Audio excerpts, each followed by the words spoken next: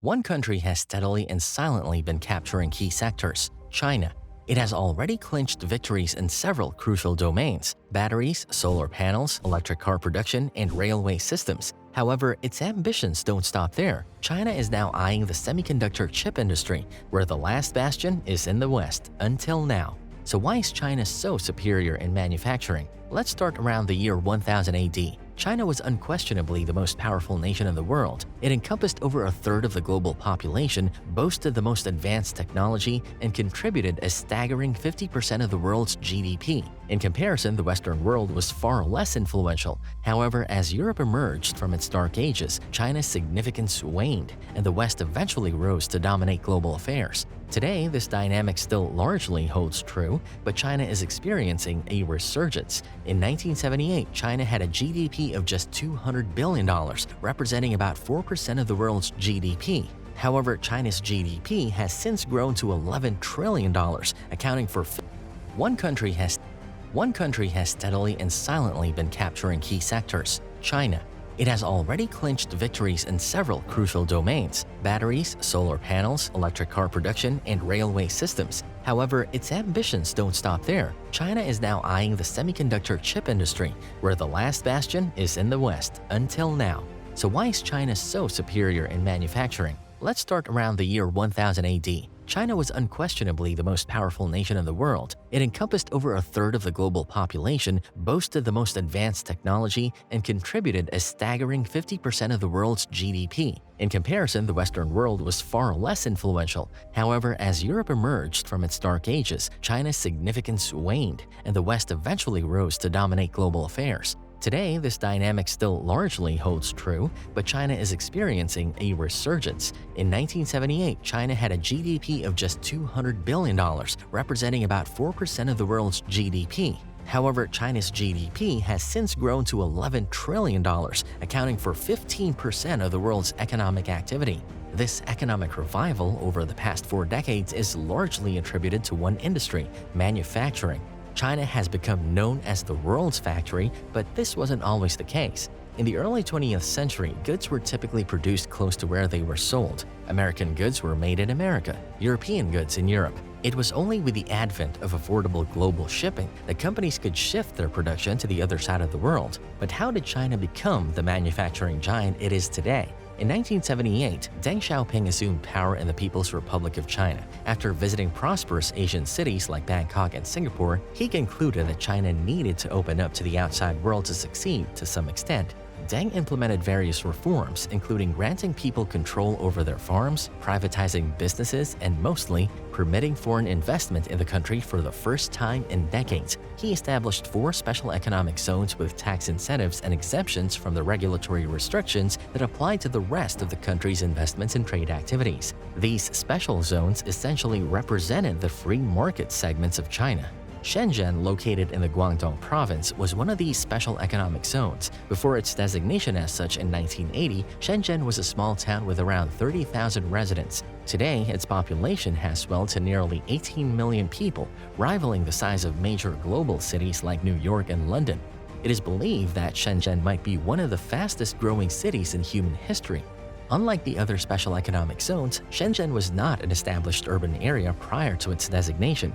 Its strategic location just north of the Hong Kong border, which was a British territory at the time, made it an ideal spot for China to embrace Western influences. Shenzhen has emerged as a global electronics manufacturing hub. It is renowned for 2 key attributes: its manufacturing process, especially for consumer electronics products, and its magnetism for talent, particularly in product development and research and development. Major technology companies like Apple, Samsung, Microsoft, Sony, and Canon manufacture their products in Shenzhen. In fact, approximately 90% of the world's electronics are at least partially produced in the city. One of the primary factors contributing to this is the lower cost of labor in China. While a factory in the United States might pay laborers $10 to $15 an hour, Chinese workers in Shenzhen often earn around $3 to $4 per hour. China's currency devaluation, in addition to lower labor costs, plays a significant role in the cost-effectiveness of manufacturing in Shenzhen. Up until 2005, the Chinese government fixed the exchange rate at 8.27 yuan per dollar. They later allowed it to appreciate within a margin, but in 2008, they repegged it to stimulate Chinese exports during the financial crisis. Nowadays, the government selects a daily exchange rate and allows the currency to fluctuate by up to 2%, making it more attractive for Western companies to purchase goods from China. China's tax policies also favor manufacturing. China does not impose taxes on exports, whereas the US does not levy taxes on imports for certain products like tablet PCs, making it possible for some items to be imported from China to the US entirely tax-free. During a visit to Shenzhen, you can observe how everything is oriented towards facilitating rapid development. Companies like Anker, a manufacturer of consumer electronics, have a presence in Shenzhen, benefiting from its proximity to the supply chain. The availability of markets with a wide array of parts, factories capable of rapidly building prototypes, and a ready pool of engineers contributes to the speed of product development in Shenzhen. This city has become a hub where innovation happens swiftly. Although a US company might utilize the same factories as one based in Shenzhen, geographical distance can slow down production. Moreover, the tight-knit community of engineers and companies in Shenzhen means that information spreads rapidly. For instance, Anker was one of the first to introduce the technology called Power IQ, which enables faster device charging. Engineers at Anker attribute their ability to bring this technology to market before Western companies to their proximity to other engineers and firms in Shenzhen. Shenzhen excels in producing items quickly and efficiently, but it faces challenges in building recognizable brands. While some companies like Anker have succeeded to some extent, thanks to effective PR and marketing, others do not invest as much in brand building. Western consumers often prefer familiar and relatable brands, but cultural differences and geographical distance can make products from China-based companies seem foreign. For instance, there were boxes filled with rentable portable chargers all over Shenzhen, an Anker product. However, the Chinese-designed product did not find success in the Western market. This experience highlights the challenge of understanding the preferences of consumers when designers are thousands of miles away. In response, some companies in Shenzhen have adopted a unique approach. They operate as white-label companies that develop and manufacture products without branding. They might produce items like earphones, then sell them to Western audio companies which attach their branding and sell the products at a higher price. This approach allows for the efficient production of quality goods, with branding being handled by Western companies. Despite its significant role in increasing China's GDP by 30-fold in the last 30 years, manufacturing is not a sustainable long-term industry for the country. Paradoxically, the economic growth driven by manufacturing has raised labor costs to a level where Chinese manufacturing is becoming less competitive. China has transitioned from a nation of impoverished rural farmers to one with a growing middle class and expensive cities. Workers used to migrate to cities temporarily to earn money for their families back home, but now people are moving to cities permanently, seeking middle-class urban lives.